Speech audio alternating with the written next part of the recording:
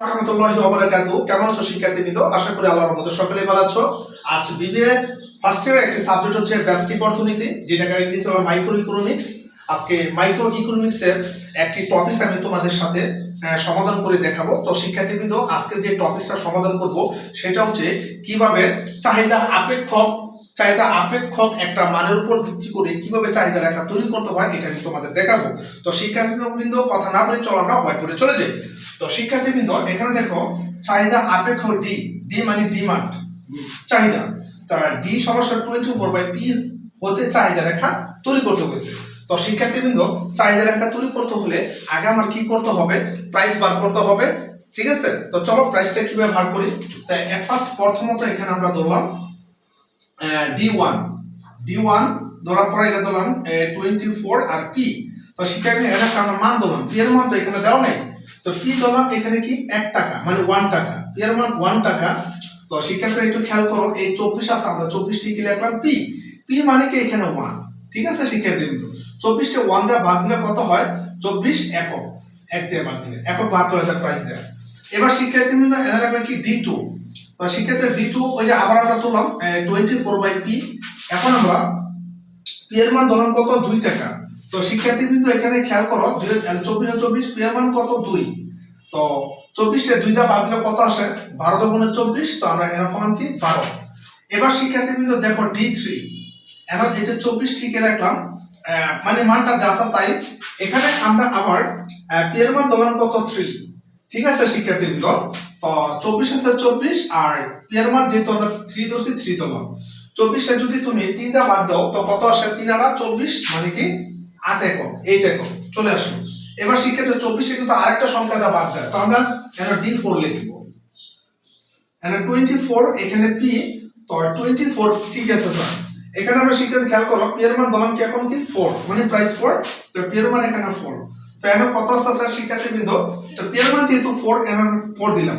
তো 24 এর 4 দা বাদ দিলে কত আসে? 4 6 24, তো 6 আসছে আর 6 দিলাম। তো শিক্ষার্থীবৃন্দ 24টা আর কোনো সংখ্যা দিয়ে বাদ যায় না। যদি আমি 5 দা দেই তাহলে 5 দা দিলে 5 দিন দিতাম, কিন্তু 5 দিয়ে 24টা বাদ যায় না। তো শিক্ষার্থীবৃন্দ আমরা কি বার করলাম? প্রাইস দিয়ে আমরা এককগুলো বার করলাম। এবার শিক্ষার্থীবৃন্দ যেহেতু আমার এখানে হোয়াইট বোর্ডে বলে দিয়েছে যে চাহিদা রেখা তৈরি করতে হয়েছে, তো শিক্ষার্থীবৃন্দ একটা কথা মনে রাখবা, চাহিদা রেখা তৈরি করতে হলে আগে একটা সূচি তৈরি করতে হয়। এখন আমি তোমাকে এই মানের ভিতরে একটা সূচি তৈরি করব, তারপর রেখা রাখবো। তো শিক্ষার্থীবৃন্দ আমরা একটা সূচি তৈরি করি। এখানে যেটা সূচিটা খেয়াল করো, যেমন এখানে আমি লিখলাম সূচি। হ্যাঁ, সূচি, এখানে দাগ দিলাম। এখানে লেখো দাম, দাম মানে কত? P, আর পরিমাণ মানে কি? এই যে কিউ কথা লিখলাম। তো শিক্ষার্থীবৃন্দ 1 2 3। তো শিক্ষার্থীবৃন্দ এখানে কত টাকা ধরছিলাম? যেমন এখানে 1 টাকা ধরছিলাম, 1 টাকার কত ছিল? 24 একক, এখানে 24 একক লিখবো। তারপর 2 টাকা, 2 টাকা কত আসছে? লিখলাম কি 12 একক। আর তারপর কি 3 টাকা, 3 টাকা আসছে কত একক? 3 টাকা আসছে কত? 8 একক। আর 4 টাকা আসছে কত শিক্ষার্থীবৃন্দ? 6 একক। বাস, আমার সূচি তৈরি হয়ে গেছে। একক শিক্ষার্থী সূচির মাধ্যমে একটা চাহিদা আপেক্ষক রেখা আঁকবো। তো শিক্ষার্থীবৃন্দ এবার দেখো আপেক্ষক রেখা, আপেক্ষক কি রেখা, আপেক্ষক রেখা শিক্ষার্থীবৃন্দ যে কোনো চিত্র করতে দেবা, একটা লম্ব একটা ভূমি আমরা আঁকা লব। এটা ধরলাম কি OX, এটা কি ধরলাম OY। এখানে আমরা এই কথাটা লিখে নিলাম। এবার চাহিদা যেহেতু আপেক্ষক বলছে, এই চিহ্নটা শিক্ষার্থীবৃন্দ বলে চাহিদা আপেক্ষক রেখা। এটা কি বলে? চাহিদা আপেক্ষক রেখা, আমরা ডি দ্বারা প্রকাশ করলাম। এবার শিক্ষার্থীবৃন্দ এখানে এই চিহ্নটা কিন্তু চাহিদা আপেক্ষক রেখা, খেয়াল রাখো শিক্ষার্থীবৃন্দ, এটাকে চাহিদা আপেক্ষক রেখা।